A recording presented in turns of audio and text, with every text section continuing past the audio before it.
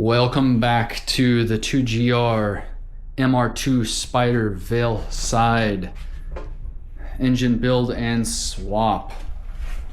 This is about 8 months down the road from the start of this project when taking possession of a crate 2GR and rebuilding it completely. So yeah, we've used a lot of Frankenstein Motorworks parts, which have been outstanding. Of course, this being my first engine build, working on it entirely by myself, I'm pretty proud of how far I've come. The only problems I'm experiencing right now is that I don't have throttle control and I don't have OBD reader connectivity, but that's part of the same wiring loom. So maybe if I just get that repinned at the body controller, maybe that'll sort it out. We shall see, but I think that at this point I'm gonna have DDR research over in Houston take a look at this, since they're just experts. They're such specialists for the 2GR MR2 and other Spyder and Spyder swaps all over the place.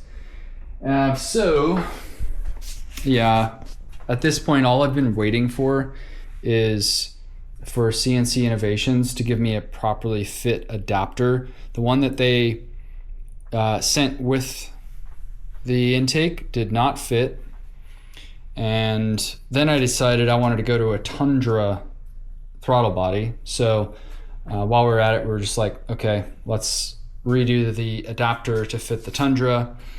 It gave me some time to paint the intake. What came was kind of a bronze gold, and I wanted a little bit more of a gold, but then the paint that I got wasn't even gold. It's like, but I'm happy with this, so we're gonna stick with that.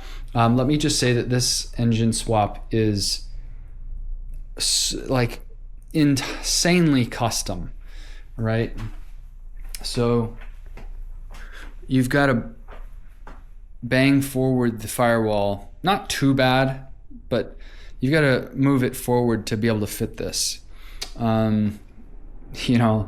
You've got to change out the fuel pump. You've got to change the regulators on that. I had to go with a Toyota Echo pump, and then I had to make my own longer pickup for it since it's not quite deep enough to reach the bottom of the tank. So hopefully that works. This intake, I had to create my own custom little injector seals because the OEM injectors just don't fit properly. I had to drill and tap a new intake port for the PCV valve, which is connected to the catch can. I had to rethread these vacuum ports, and on and on. I've added a fan down inside the engine bay because I want as much airflow behind the engine as possible, so that where the header comes close to the firewall, where all the connections are, you've got the fuel line, you've got the clutch line, you've got two coolant lines coming out of there, you've got the shift cables. It's pretty insane.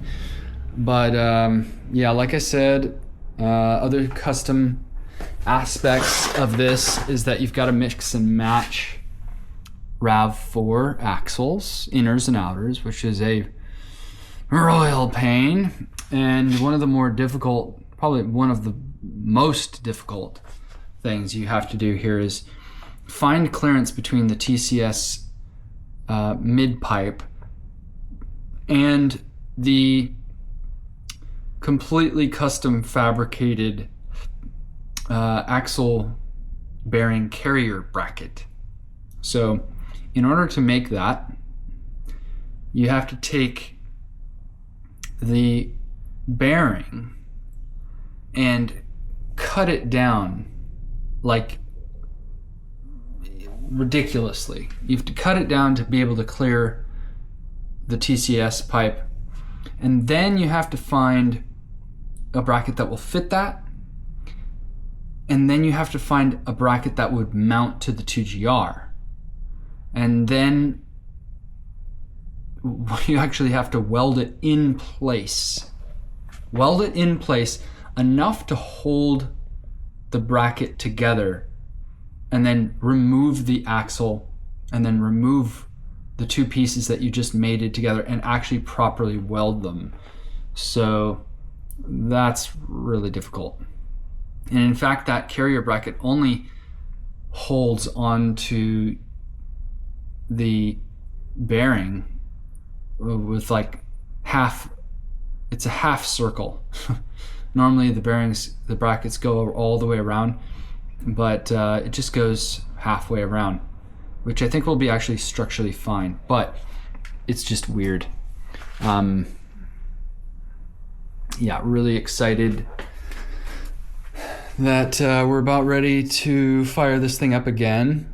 The next test fire I do, I'm going to be paying close. My biggest concern is making sure that we're getting proper seals with the seals that I made. Obviously, we want to make sure the fuel is staying put with the seals for these rails that I made. And, but yeah, I think it's going to be looking really nice.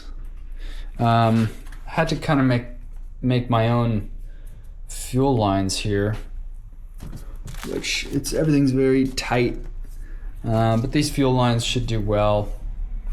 I'm not running an inline regulator, a pulse regulator.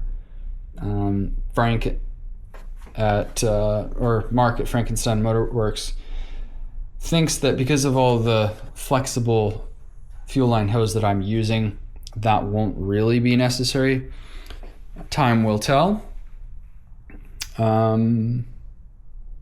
Yeah, that is a bit of the update.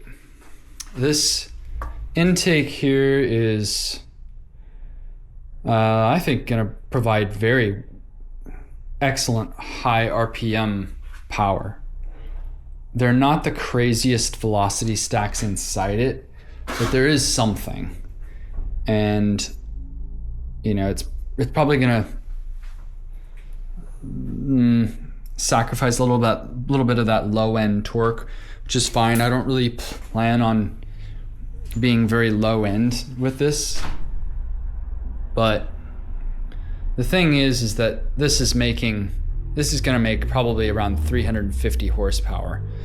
So any amount of low end torque improvement that I have from that stock 1ZZ is going to be heaven.